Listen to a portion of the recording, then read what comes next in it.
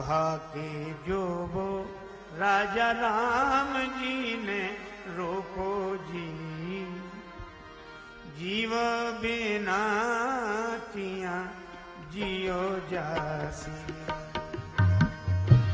जीव बिना किया जियो जासी। जीव बिना जियो जासी। उभा के जो वो राजा राम जी ने रोको जी, उभा के जो राजा राम जी ने रोको, जीव बिना किया जियो जासी। जीव बिना जियो जासी। पुरी अयोध्या सोमलता सी, राम बिना मुरझा जासी। राम बिना मुरझा जासी। राम बिरहे रोवता रोवता, राम बिरहे रोवता रोवता, कोया रो रंग धुल जासी।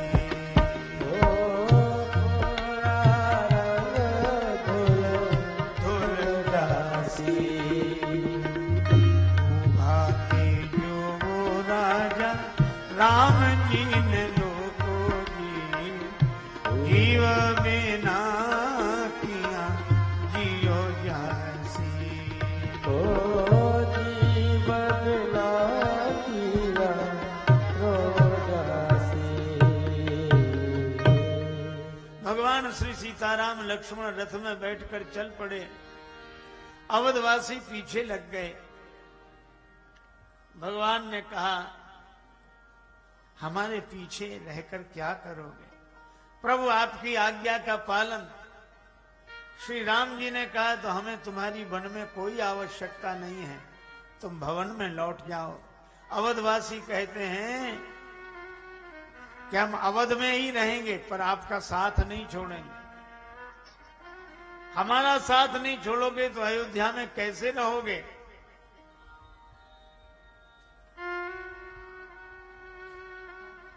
अवधवासियों ने कहा कि लोगों को लगता होगा कि अयोध्या पीछे छूट गई, हमारी अयोध्या आगे आगे जा रही है।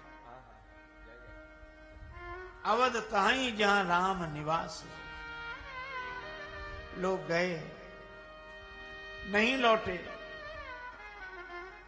एक जगह राम जी ने रथ रुकवा दिया, शाम हो गई थी।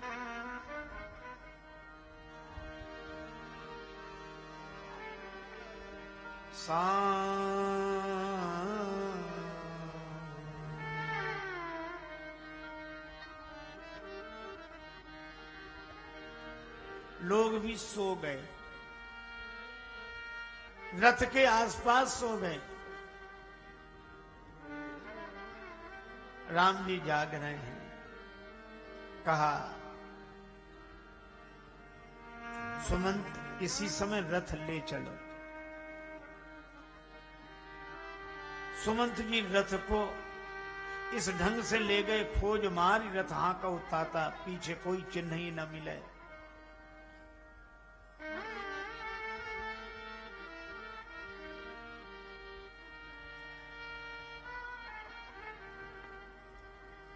लक्ष्मण जी की आंखों में आंसू आ गए। इन विचारों ने तो राम जी को नहीं छोड़ा, पर श्री राम जी ने इन्हें छोड़ दिया। इनकी भूल तो इतनी कि ये सो गए। इसका मतलब है कि जो सो जाता है भगवान उसे छोड़कर चल देते हैं। हम जब तक श्री राम जी की सेवा में रहेंगे कभी सोएंगे नहीं, नहीं तो भगवान हमको भी ऐसे ही छोड़कर चल देंगे।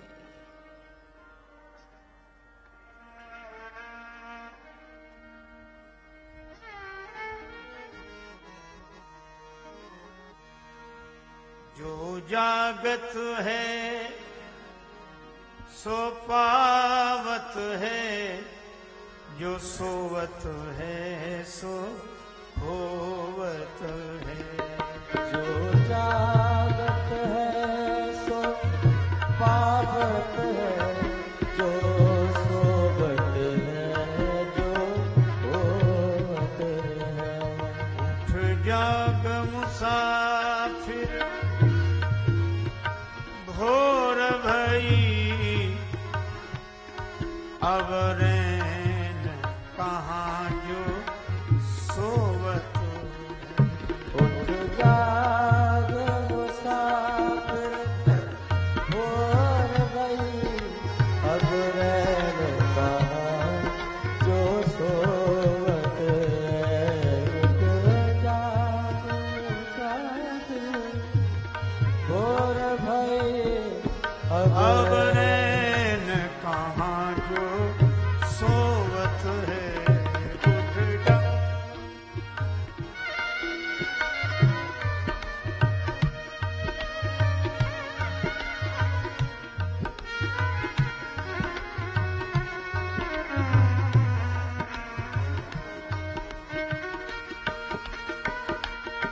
टुक नींद से आँखियाँ खोल जरा, नींद से अखियाँ खोल जरा, अपने प्रभु से ध्यान लगा। अपने प्रभु से ध्यान लगा। यह प्रीति करन की रीत नहीं, यह प्रीति करन की रीत नहीं। प्रभु जागत है तू सोवत है। प्रीति करन की रीत नहीं, प्रभु सो जागत है तू सोवत है। उठ जाग मुसाफिर भोर भई, अब रैन कहाँ तुम सोवत है। उठ जाग। लक्ष्मण जी ने कहा जागते रहना चाहिए।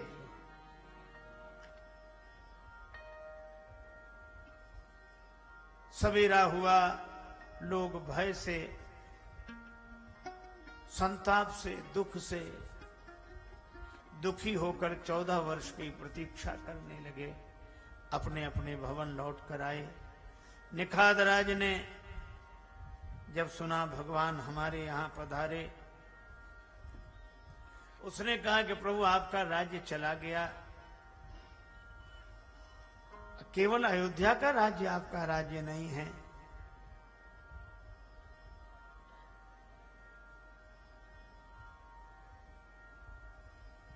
यह राज्य भी आपका है।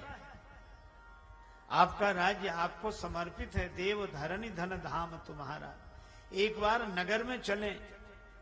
भगवान ने कहा जब हमारा राज्य है तो नगर में चलने की आवश्यकता इसलिए है, अभी लोग हमें यहाँ का मालिक समझते हैं, और जब आपको देखेंगे तो समझ लेंगे कि मालिक तो ये हैं जो अब आए हैं। तो तुम्हें जो लोग मालिक समझते हैं उनका तो भ्रम टूट जाएगा। निखाद राज ने कहा कि मुझे दूसरा पद मिल जाएगा क्या?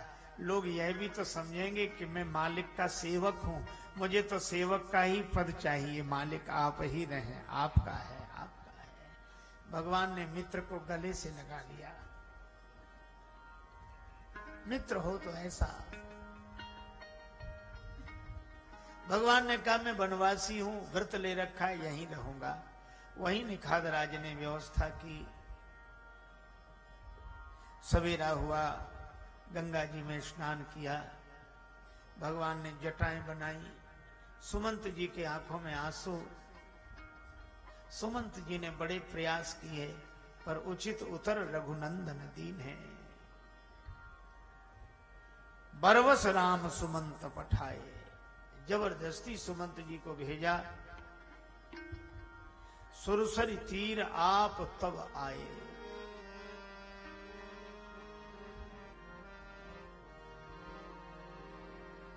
मांगी नाव न केवट आना, मांगी नाव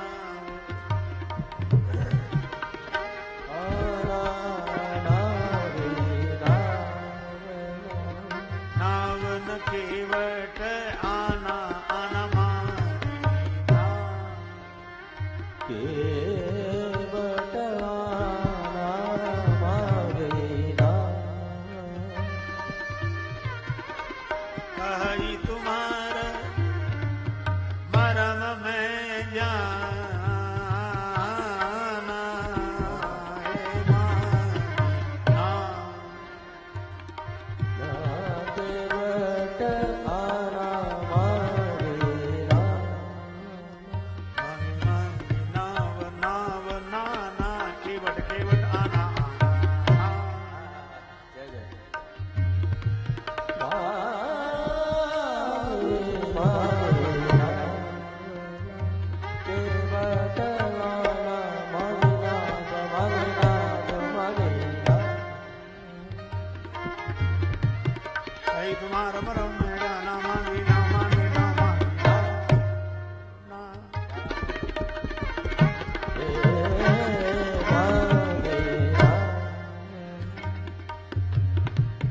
कहीं तुम्हारा मरम में जाना, मांगी नाव मांगी नाव मांगी नाव।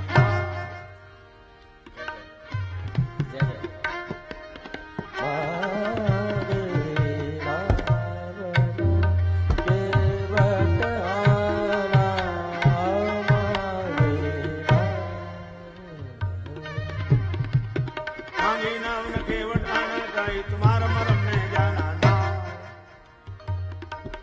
मांगी मांगी मांगी नाव मांगी नाव मांगी नाव।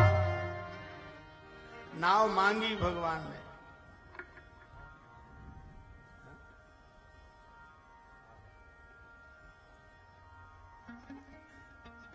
भगवान ने नाव मांगी। अच्छा आप सोचो, राम जी को नाव मांगनी पड़े। जब श्रृंगवीरपुर के राजा निखादराज उनके मित्र हैं,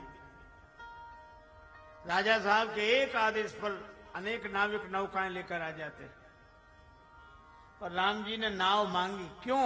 उन्होंने निखादराज से मना कर दिया कि भैया नाव मुझको ही मांगने देना। क्यों?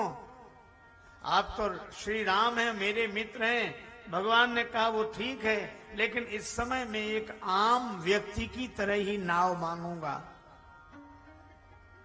राम को आज आम होने का अवसर मिला है। अच्छा देखो, मांगी नाव,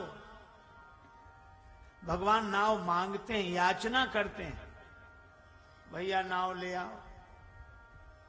अच्छा अब हम लोग अपनी स्थिति देखें, हम लोग ऐसी रिक्शे वाले की जरूरत पड़े तो क्या हम रिक्शा मांगते हैं? कभी हमने किसी रिक्शे वाले से तो ऐसे तो नहीं कहा होगा कि हाथ जोड़कर कहें कि भाई साहब रिक्शा ले आओ। हम लोग तो उसका नाम ही नहीं लेते। किसी रिक्शे वाले अरे रिक्शा, जैसे उसका रिक्शा ही नाम हो, वो आ जाता है। हाँ साहब स्टेशन जाओगे? हाँ साहब जाएंगे। तो जाओ, बोलो। अब बेचारे को कुछ लेना नहीं देना नहीं, जाओ। एक बार दो व्यक्ति बैठे और 1.5 घंटे उसके रिक्शे पे बैठ के सफर किया। उतरते समय अठन्नी दे दी। उसने कहा बाबूजी ये तो कम है। कम है? क्या करें? अपना मकान लिख दें तुम्हें, अपनी जमीन जायदाद तुम्हें लिख दें? तो दूसरा क्या? अरे ऐसे लोगों के मुंह मत लगा करो, चलो चलें। हमारी दृष्टि में श्रमिक का यह मूल्यांकन है। पर भगवान राम का चरित्र उपदेश देता है कि वह भी हमारी ही तरह आदमी हैं, उसका अपमान न हो, बल्कि वह जो व्यवसाय कर रहा है उसके प्रति उसके मन में स्वाभिमान जागे। इस तरह नाव मांगो, क्योंकि नाव के बिना काम नहीं चलेगा। एक ने कहा, मगर राम पहुंचे जब गंगा किनारे, मगर राम पहुंचे जब गंगा किनारे, तो खुदा को पड़ी ना खुदा की जरूरत। भगवान को नाव की जरूरत पड़ी, इसलिए सबका अपना मूल्य है, सबके प्रति समभाव रखें।